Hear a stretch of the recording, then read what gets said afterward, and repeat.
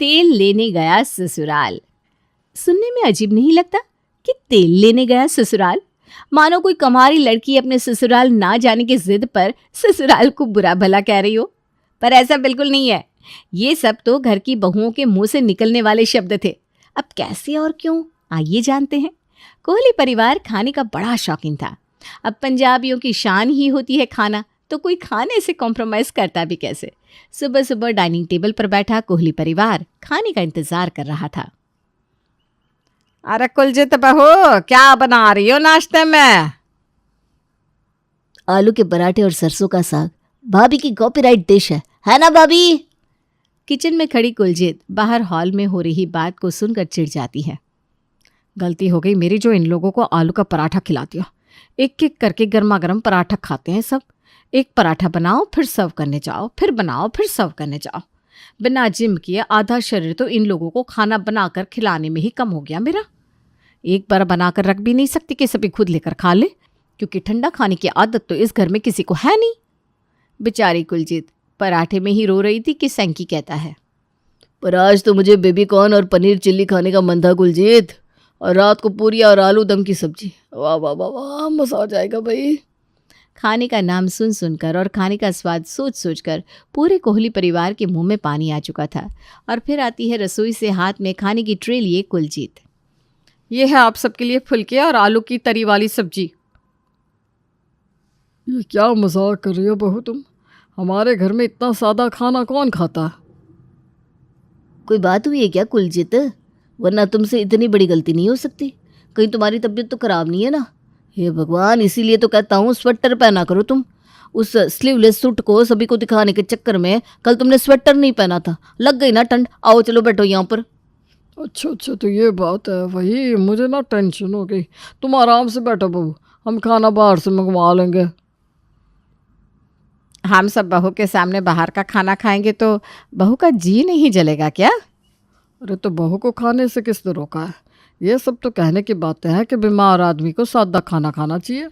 अरे भाई, एक तो शरीर बीमार, ऊपर से सादा खाना खाकर मन को भी बीमार कर ले क्या आदमी? खाना तो चटपटा तेल में तला हुआ ही होना चाहिए कि तेल खाने पर तैरता हुआ दिखे। तला हुआ गर्मा गर्म खाना खाओगी तब इतना जल्दी ठीक हो जाएगी बेटा। पापा बिल्कुल सही कह रहे हैं भाभी। एक बार ऐसे ही ना मुझे लूज मोशन हो गया था। सभी ने बोला एकदम प्लेन खाना खाओ, खाने में कोई मसाला ना हो। अरे हो सके तो खाना ही छोड़ दो, सिर्फ पानी पर जिंदा रहो। पर मैं नहीं माना। मैंने तो जाकर गर्मा गर्म जलेबी खा ली और फिर चाउमीन। और उसके बाद जो पेट ठीक हुआ, इतनी जल्दी तो दवाइयों से भी ठीक नहीं होता। वो कहते हैं ना, जहर जहर को काटता है। इस घर में ना सब दिमाग के पैदल ही है। तुम सब क्या बहू के ऊपर चढ़ गए हो? उसे अगर सादा खाना खाने का मन है तो खाने दो। पम्मी अपनी बहू के बने सादे खाने के साथ अपनी बहू को उसके कमरे में छोड़कर बाहर आ जाती है। मेरा फ़ोन कहाँ है मम्मी? इन लोगों ने तो मुझे सादा खाना दे दिया। कुलजीत अपनी माँ को फ़ोन लगाती है। तो ये टसक टसक कर क्यों बोल रही है बेटा? अच्छा, अभी भी एक्टिंग कर रही है? हाँ, मान गई तुझे मैं। अब बता कैसा रहा मेरा आइडिया? सब ठीक तो हो गया ना? किसी को कुछ बोलती इसके पहले ही सभी ने खुद एज्यूम कर लिया कि मेरी तबीयत खराब है, इसलिए मैंने सादा खाना बनाया है। और ऐसे में कुछ बोल ही नहीं पाई मम्मी। अब चलो तबीयत खराब है, इसी बहाने 4-5 दिन तो मुझे किचन से छुट्टी मिल जाएगी। हे भगवान, ये तेरे ससुराल वाले, बहुत मेहनत हो जाती है ना बेटा तुझे। बहुत नहीं मम्मी, बहुत ही ज़्यादा। इतना बड़ा परिवार और सभी एक नंबर के चटोरे। बस मैं तो खाना ही बनाती रह जाती हूँ इनके लिए। मुझे भी तो फ्रीडम चाहिए भाई किचन से। अरे तो करवा दे रोहन की शादी, देवरानी आ जाएगी तो कम से कम काम तो कम होगा। माँ बाप ऐसे ही नहीं कहते कि शादी ब्याह की बातें 2 दिन की नहीं होती। यही प्रॉब्लम रिश्तों को ना ख़राब करते हैं बाद में। इसलिए लव मैरिज में पढ़ना ही नहीं चाहिए। सोच समझ कर शादी करती तू तो सिंगल लड़के के परिवार में जाती। ये जॉइंट फैमिली का लफड़ा ही ना होता तो तुझ पर 5-7 लोगों के खाने का प्रेशर आता ही नहीं। पर इस 2 मिनट के एड्रेनलिन रश के पीछे तूने सब कुछ खराब कर दिया। तो अब क्या करूँ? रोहन की शादी की बात छेड़ू क्या घर पर पता नहीं ना वो लड़की कैसी आएगी। मुझे तो ऐसी लड़की चाहिए जो मेरा काम इजी करे। पता चला ये और बड़ी चटोरी और काम चुरा गई। फिर 6-7 महीने मुझे इसे खाना बनाने की ट्रेनिंग देनी पड़ गई। अरे उसकी टेंशन तू ना ले। मेरी सहेली की बेटी है प्रिया, डाइटिशियन है, खाने को लेकर इतनी पर्टिकुलर किसी खाने में तेल पड़ने ही नहीं देना चाहती। एक बार उसकी बात रोहन से शुरू हो जाए तो सबसे पहले रोहन ही ऑयली फूड अवॉइड करेगा। फिर तेरी ननद पर आ जाना। अब शादी तो उसे भी करनी है, तो वेट लूज करने के लिए डाइटिशियन ही मदद करेगी, और घर के सास ससुर को। बस बस मम्मी, मैं समझ गई। अब घर के बड़े बुजुर्गों को तेल खाने से रोकने के लिए डाइटिशियन के पास बहुत सारे कारण होंगे, और ऐसे करके सभी आ जाएंगे साथ दिखाने पर, और इसे रसोई के झंझट से मुझे मिल जाएगा छुटकारा। और अपनी बेटी के काम को हल्का करने के लिए सुजाता प्रिया से रोहन को इंस्टाग्राम पर फॉलो रिक्वेस्ट भेजने को कह देती है, और बिना देर किए रोहन रिक्वेस्ट एक्सेप्ट कर लेता है, प्रिया से बात करना शुरू कर देता है। कुछ ही दिनों में चैटिंग फ़ोन कॉल में बदल जाती है। कितनी अच्छी बातें करती हैं आप, सच में मुझे कोई पहले ऐसा मिला ही नहीं जो मुझे गाइड करे। मेरे घर पर तो मैं जिस चीज़ पर हाथ रख देता था हमेशा मुझे वो मिल जाती थी। पर ये तो गलत है ना रोहन। इंसान को भगवान ने ऐसा बनाया है कि वो चाहे तो अपने आप पर कंट्रोल करके इस हवा के रुख को भी रोक सकता है। तो तुम्हें क्यों हवा की तरह बहता हुआ बनना है?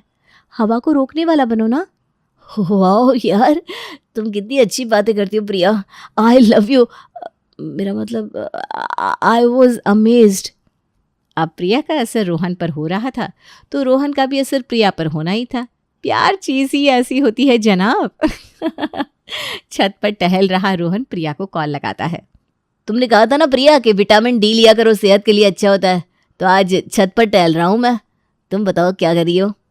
क्या करूँगी, मुझे बाहर ले जाकर खिला खिला कर तुमने मेरी आदत बिगाड़ दी है। पता है ना, ये रिफाइन ऑयल कितना ख़राब होता है सेहत के लिए। तेल नहीं खाना चाहिए रोहन, पर तुम्हारे चक्कर में मुझे भी आदत लग गई। पर हाँ, मैं रिफाइंड ऑयल का खाना नहीं खा रही हूँ, मैं मस्टर्ड ऑयल इस्तेमाल कर रही हूँ। This is good for health. गांव में लोग इसी से खाना बनाते हैं, इसलिए उनकी तबीयत अच्छी होती है। तो अब से तुम मस्टर्ड ऑयल में खाना खाऊंगा। अब कुलजीत सभी के लिए खाना बनाती है, और जैसे ही वो खाना रोहन के सामने रखती है, रोहन प्लेट पीछे कर देता है। ये तली हुई पूरी और सब्जी आपकी फेवरेट है भैया, ये नहीं खाएंगे क्या आप? ये पूरियों को रिफाइंड ऑयल में फ्राई किया होगा ना भाभी। और रिफाइंड ऑयल कितना ख़राब होता है शरीर के लिए, पता भी है आपको। मैं इस तेल में बनाया खाना नहीं खा सकता। और वैसे भी कुछ दिनों में मेरी और प्रिया की शादी होने वाली है, और शादी में मैं मोटा नहीं दिखना चाहता। ये कहकर रोहन अपने कमरे में चला जाता है। मम्मी की चढ़ाई हुई मेहंदी तो बहुत ही जल्दी रंग लाने लगी। सही है सही है। अभी तो प्रिया आई भी नहीं, और घर का एक मेंबर आउट हो चुका है। जब वो आएगी तो पक्का मेरी प्रॉब्लम ठीक हो जाएगी। अब पूरा घर प्रिया से बात करने लगता है, और सभी को प्रिया अपनी एडवाइस देने लगती है। कुछ दिनों बाद प्रिया के घर वाले रोहन के घर जाकर दोनों बच्चों के रिश्ते की बात कर लेते हैं, और बहू बनकर प्रिया रोहन के घर आ जाती है। अगली सुबह शादी से थके हारे जब सभी सो रहे थे, तो ऐसे में पम्मी को लग जाती है भूख, और वो निकल जाती है मार्केट। रास्ते में पम्मी आलू पकौड़े पैक करवा रही थी, जहाँ उसे रेडी पर खड़ा देखकर पड़ोसन सुषमा कहती है, ये तो इस तरफ उस तरफ वाली बात हो गई मम्मी। तेरी बहू आई है डाइटिशियन, और ये तू तेल के तले हुए पकोड़े खा रही है। 3-4 बार पकोड़ों को तल कर रखता है ये पकोड़े वाला। अरे तो क्या हो गया, तेल खाने से कोई मर थोड़ी ना जाता है। ये लोग दारू पी रहा है, सिगरेट पी रहा है, वो सब तो नहीं कर रहे ना हम लोग। खा लेने दे सुषमा, इसे आखिरी बार खा रही है, क्योंकि अब बहू घर पर आ चुकी है। अब वो इसे इतना तेल मसाले वाला खाना तो खाने नहीं देगी। अपने ससुराल में आने के 2 दिन बाद ही एक अच्छी बहू की तरह प्रिया किचन में जा रही थी, तभी उसे उसकी माँ की आवाज़ सुनाई देती है। रुक जा प्रिया, तू अगर रसोई में चली गई तो अनर्थ हो जाएगा। समधन जी, आप यहाँ अचानक, सब ठीक तो है ना? अभी तक प्रिया ने रसोई का चूल्हा नहीं छुआ है ना समधन जी, क्योंकि अगर प्रिया ने ऐसा किया होगा तो फिर इस घर को कोई नहीं बचा पाएगा। नहीं आंटी जी, अभी तक तो प्रिया ने रसोई में पैर भी नहीं रखा। वो तो बस अभी अंदर जा ही रही थी कि आपने आवाज़ लगा दी। हाश, बच गए। वो क्या है ना समधन जी, एक बहुत ज़रूरी बात मैं आपको बताना भूल गई थी। बहुत साल पहले रसोई का काम करते हुए हमारे गांव की एक दुल्हन मर गई थी, और मरते मरते उसने गांव के सभी ससुराल को श्राप दे दिया। वो श्राप हम लोगों के ऊपर भी आया, और उस श्राप का काट एक ही है कि हमारे यहाँ लड़की के विदा होने के 2.5 महीने के बाद एक पूजा होती है, और उस रस्म के बाद ही लड़की अपने ससुराल की रसोई का कोई काम कर सकती है, वरना वो बुरी आत्मा लड़की के ससुराल वालों को भस्म कर सकती है। ये बात उमा कहती है, और वहाँ कुलजीत बेहोश होकर धड़ाम से फर्श पर गिर जाती है। क्या जिंदगी है साला, इतना दिमाग लगाकर देवरानी लेकर आई और देवरानी आते ही 2.5 महीने की छुट्टी पर चली गई। अब उसका खाना भी मुझे ही बनाना पड़ेगा। रसोई में कुलजीत खुद में बड़बड़ा रही थी, तभी रोहन मस्टर्ड ऑयल का पैकेट लेकर किचन में आता है। लीजिए भाभी, वो उस दिन आप मुझसे नाराज़ हो गई थी ना, क्योंकि मैंने आपके हाथ की पूरी और सब्जी नहीं खाई थी।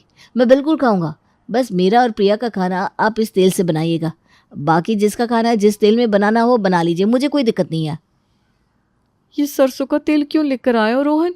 हमारे घर में तो रिफाइन यूज़ होता है। वही तो भाभी, ये गलत है, मुझे प्रिया ने बताया। रिफाइन से कोलेस्ट्रॉल हो सकता है। मुझे इतनी जल्दी नहीं मरना, मुझे तो अपनी प्रिया के साथ ज़िंदगी गुजारनी है। इसलिए उसकी बात मानकर मैंने ये तय कर लिया कि मैं सरसों के तेल में बना खाना ही खाऊंगा। देवरानी के आने से काम बट जाएगा, कुछ ऐसे ही कहा था सुजाता ने। पर बेचारी कुलजीत का काम तो बढ़ गया था। अब उसे अपनी देवरानी का खाना भी बनाना पड़ रहा था, वो भी दूसरे तेल में। जितनी कुलजीत बिजी थी उतनी ही प्रिया फ्री। रात को घूमती हुई प्रिया स्नेहा के कमरे में जाती है, जहां वो देखती है कि स्नेहा शीशे के सामने बैठी मेकअप कर रही है। वीडियो में बताया था कि इस तरह से कॉन्टूर करने से मेरा चेहरा पतला लगेगा, पर चेहरा मोटा लग रहा है ना मेरा। क्या हो गया दीदी, आप इतनी रात को अपने चेहरे को पतला क्यों बनाना चाह रही हो? वो क्या है ना भाभी, कुछ है जो आपको बताना चाह रही थी। एक राज की बात बताती हूँ, प्लीज़ आप किसी को बताना मत।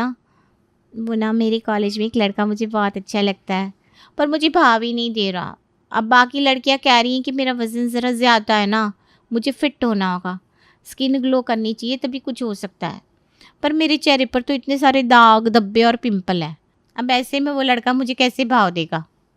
अरे तो उसके लिए तुम ये मेकअप कर रही हो। अरे भाई, कभी ना कभी तो मेकअप हटेगा और उस लड़के को तुम्हारी सच्चाई पता चल जाएगी। फिर वो तुमसे और ज़्यादा नाराज़ हो जाएगा। चेहरे पर वही दिखता है जो पेट में होता है। तुम लोग ये तला भुना खाते हो, इसी के कारण तो शरीर की ये हालत है और चेहरे की ये। तुम ना रिफाइन खाना ही छोड़ दो और ओलिव ऑयल में स्विच करो। ऑलिव ऑयल का बना हुआ खाना तुम्हारे वेट को ज़्यादा बढ़ने नहीं देगा। तुम भाभी से कह देना कि अब से वो सीधा डब्बे से कढ़ाई में तेल ना डाले, बल्कि ब्रश से कढ़ाई में तेल लगा दे। इससे ना कम तेल में सब्जी भी बन जाएगी और तुम्हारे मुंह का टेस्ट भी बरकरार रहेगा और वज़न बिल्कुल नहीं बढ़ेगा। अब इसके बाद क्या हुआ होगा मुझे नहीं लगता कि मुझे आपको बताने की ज़रूरत है। अगली सुबह ऑलिव ऑयल का पैकेट खरीदकर स्नेहा किचन में अपनी बड़ी भाभी के पास ले जाती है। ये क्या लेकर आई हो तुम? वो क्या है ना भाभी, मेरी स्किन इतनी डैमेज हुए जा रही है और ऊपर से वज़न है कि कम ही नहीं हो रहा। अब डाइटिंग तो मुझसे हो गई नहीं, तो प्रिया भाभी ने एक सजेशन दिया है कि मैं अपना तेल बदल लूँ। तो ये ऑलिव ऑयल लेकर आई हूँ, मेरे लिए खाना उसी में बनाइएगा। बाकी जिसे जो खाना हो मुझे कोई दिक्कत नहीं है। ये तुझे तेरी डाइटिशियन भाभी ने बताया ना? वो डाइटिशियन भाभी जिसे मैं लेकर आई हूँ? ठीक है, तू जा, मैं बना दूँगी। कुलजीत का दिमाग खराब होता जा रहा था।